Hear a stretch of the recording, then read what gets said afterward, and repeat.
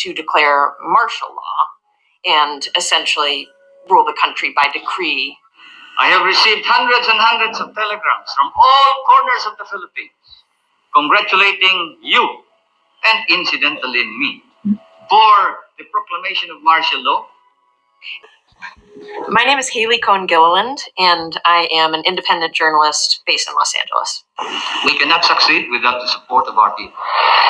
So Ferdinand Marcos ran the Philippines for 21 years, and he first blazed into the presidency in 1965. He was a remarkably charismatic figure. He was a wonderful orator. He had a beautiful wife who was very elegant and had a gorgeous singing voice, and she would regale crowds at his campaign rallies. Now everybody seems to be involved in the destiny, not only of himself, but of the entire country and of the entire nation. And this is what we have been hoping and praying for. His first term was really promising. He invested really widely in infrastructure and urban beautification, and especially rural development. And so his base of followers grew and grew. Then in his second term, he started to run into some problems, allegations of corruption, growing poverty, and simultaneously some separatist guerrilla groups, violent groups, started to pop up in the country. And all the while, Filipino citizens were being tortured and imprisoned. The Marcoses would spend really brazenly and lavishly. So they amassed dozens of luxury properties all over the Philippines and around the world. Then in 1986, Ferdinand Marcos decided to call an election. By all accounts, Marcos fixed that election. And when that became clear, that unleashed massive protests around the country. Millions of Filipinos flooded into the streets, demanding that Marcos step down.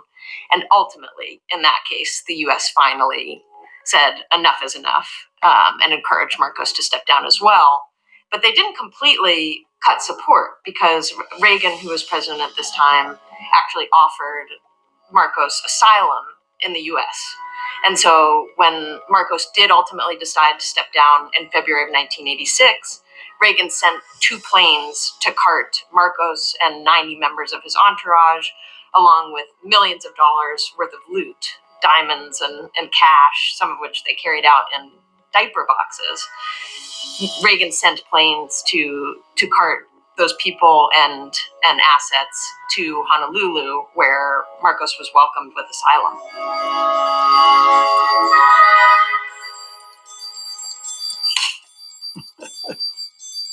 My name's Robert Swift. Most people call me Bob. I'm a litigator.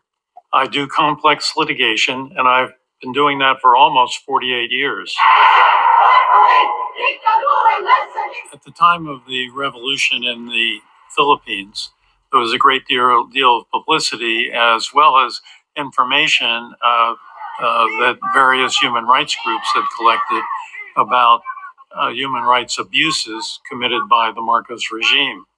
And my initial intention was to bring individual cases. But when I learned of the enormity of the abuses, I decided that it was worthwhile to try bringing a class action. And the way that he did that was using this very rarely used statute called the Alien Tort Statute. And that statute was first enacted in 1789. It's only a couple of sentences, but it essentially allows non-U.S. citizens to sue people for violations of international law in U.S. court. About 10,000 Filipino people signed on to become a part of this class action, which is absolutely a massive class. It is time to compensate the human rights victims. The first named plaintiff was a college-age girl by the name of Lilioso Ilao. She was had written some articles in the student press which were not flattering to the Marcoses or the Marcos regime. She was arrested by military, taken to a military detention center where she was interrogated. When she was uncooperative, the military poured muriatic acid down her throat, and she died from asphyxiation. Another example is an individual by the name of Mariano Pimentel. Pimentel had been a political leader in Mindanao. He had been arrested several times. He was finally released from detention after more than 6 months. And on his way back to his province, military members in a jeep stopped him, took him to a sugarcane field, had him dig a grave. They then buried him up to his neck, and before they filled in the soil, they broke a leg and broke an arm so that he wouldn't be able to dig himself out. They then put the soil back in and buried him up to his neck, and they figured they would let the ants do the rest. He survived because there were several children who had been hiding in the sugarcane field who saw him and dug him out. And he later emigrated to the United States, where I met him.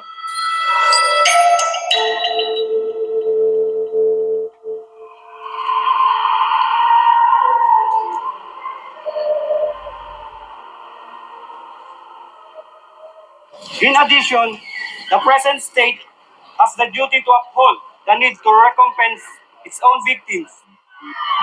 In 1992, after years of building the case, the Marcos class action finally went to trial in Hawaii, and the jury in Hawaii ultimately held Marcos responsible for the abuses and torture that had occurred under his regime.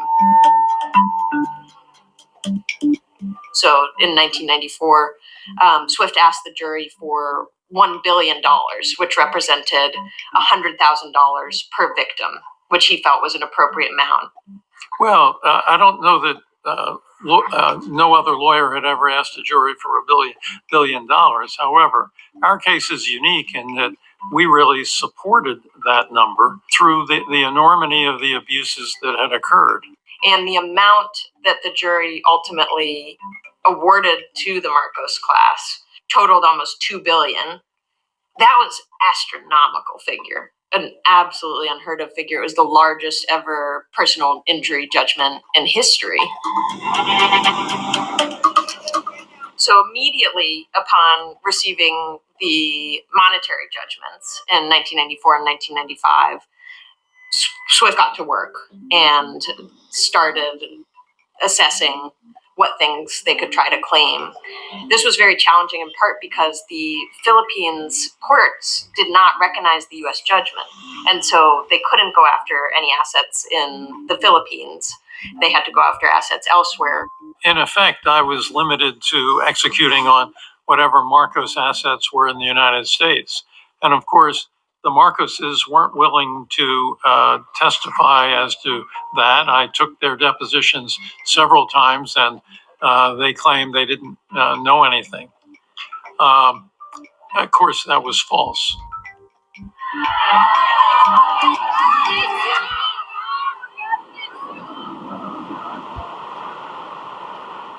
So the turning point as it relates to collections was between 2000 and 2010. And essentially what happened was there was an oil investor in Texas by the name of Alan Meeker. And he found some attractive parcels of land that he was interested in purchasing. But for the life of him, the way that he describes it was he couldn't find the darn owner. And as he was doing due diligence on this land, he realized, remembered a rumor that he had heard when he was younger that Ferdinand Marcos had actually purchased a bunch of oil-producing lands in Texas. These lands proved to be very valuable, and ultimately was able to settle that litigation for $10 million.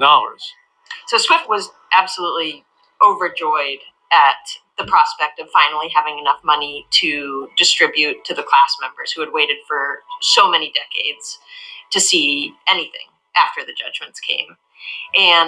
But the challenges were still very great in terms of how the money would actually get distributed. So while I had 10,000 checks with names on them, many of the people had died. By that I mean more than 20%. So the process was laborious and much slower than I would have liked, but it was very effective. And it was also gratifying. The faces of the people expressing their gratitude were enough of a reward that I felt good about what we were doing, and I knew that it was going to benefit them. I would often ask people, frequently through an interpreter, "How are you going to use the money?"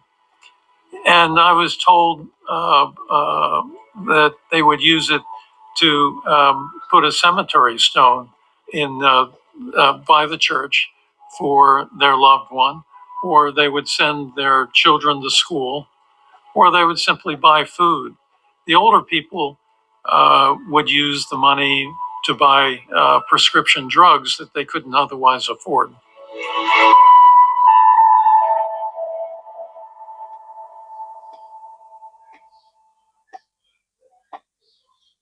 10 years, I'm starting to rise again.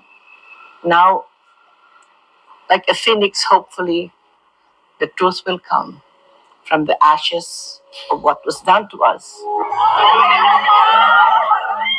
Ferdinand Marcos and his family were exiled from the Philippines in the 1980s, but subsequent to his death, they were allowed to return.